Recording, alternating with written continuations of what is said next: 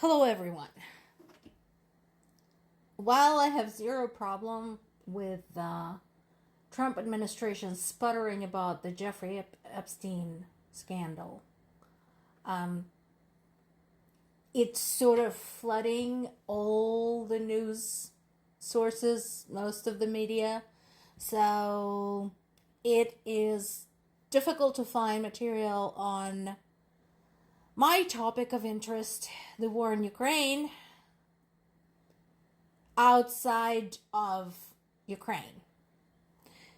So far, let's see, the best summary today is on the Guardian's website, and I was able to cross-check this information with other sources like Reuters, Ukraine's Censor, and Kyiv Independent.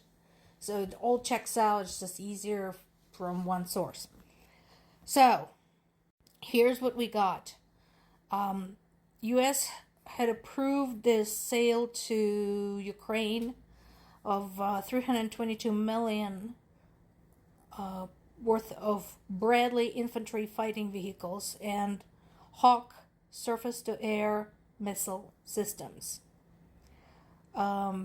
This will basically all be focused on sustaining Ukraine's ability to defend specific locations and beef up their own drone fleet with something a little bit heavier. So a lot of people ask us, so, if they get Patriots, they just win, right? If they get F-16s, they just win. No, it doesn't work like that. There's no panacea from war. There's some things that help. That is true. There's some things that help more than others. That is also true. But all of these things have to be used together consistently. Think about treating a very, very rare, difficult illness. It's never just one thing, is it? It could be medicine, it could be radiation, it could be surgery, it could be lifestyle changes. Right? And usually those things, in order for them to be successful, are used all at once. Well, Russia is a big fat cancer, and just one thing is not going to fix it. Scandal continues about the new bill Zelensky signed. I talked about this in detail. The bill basically that reduces the power of Ukraine's anti-corruption organizations.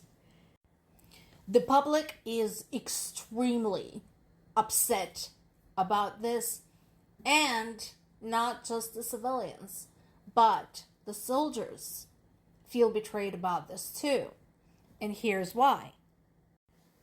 So, over the course of the war itself became another feeding trough for corrupt government officials.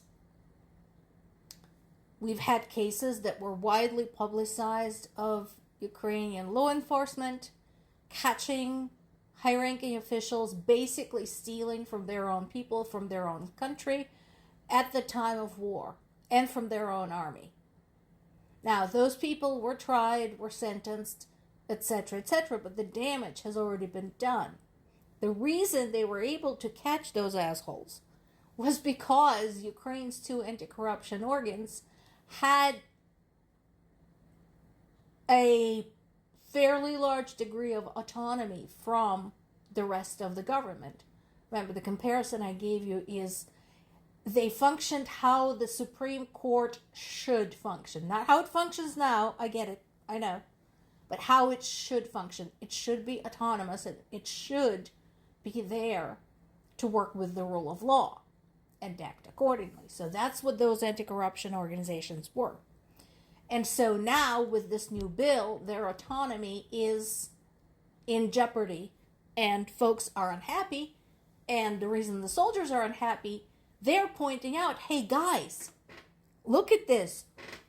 These organizations helped you catch people who were stealing from us while we're out there risking our lives for the country. Why would you want to curb them? So, good point. This is a concern. This will be a concern for a while. And Zelensky seriously shot himself in the foot with this one, because it is going to undermine his prestige and his authority, both among his fellow Ukrainians and abroad. Now, China.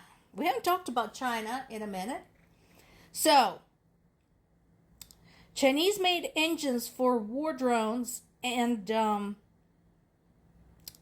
other parts, this is not just the engines, other parts as well, were being covertly shipped to Russia, labeled as industrial refrigeration units. So this, once again, puts pressure on China, because they keep saying, oh, no, we're just trading partners. We have nothing to do with Russia's war. We have no interest in that. We're totally neutral. We are not supplying any weapons. Well, I'm sorry.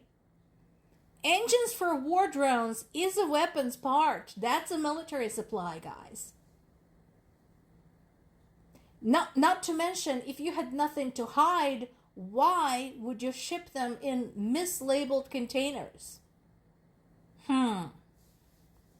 Of course, when asked about this, China's foreign ministry told Reuters that it was unaware of any such thing, that it is controlling the foreign sales, that it has no idea how this came about, and that this whole thing is probably being misrepresented because of some dual-use goods. Right.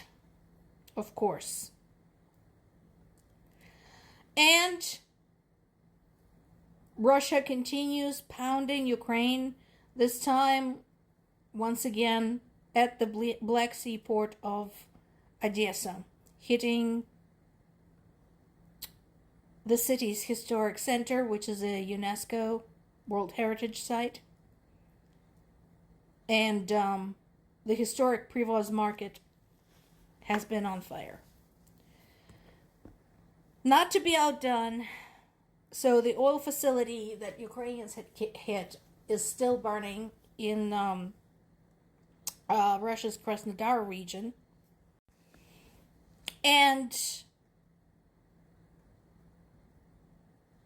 once again, somebody said, well, how can you expect Russia to not retaliate? I don't expect Russia anything. I know what I want Russia to do is fucking get lost. I don't expect them to do anything. Please understand, Russia doesn't need an excuse to target hospitals and kindergartens. Ukrainians continue to be very consistent in targeting only the military objects. Russia pounds whatever the heck they can find. Case in point, more people were shelled in Kharkiv region, and elderly people were among the wounded figures. Meanwhile, now that we have more information about China's involvement, the European Council is trying to get China to interfere. Not going to happen, guys. Don't waste your time. And of course, there is the question of the peace talks. Again, nobody has much faith in that. Russia basically is saying that there is no point in Zelensky and Putin meeting face to face unless it is to sign Ukraine's capitulation. The only positive thing is, again, more prisoner exchanges have been agreed upon. So far, more than 1,000 of returning soldiers.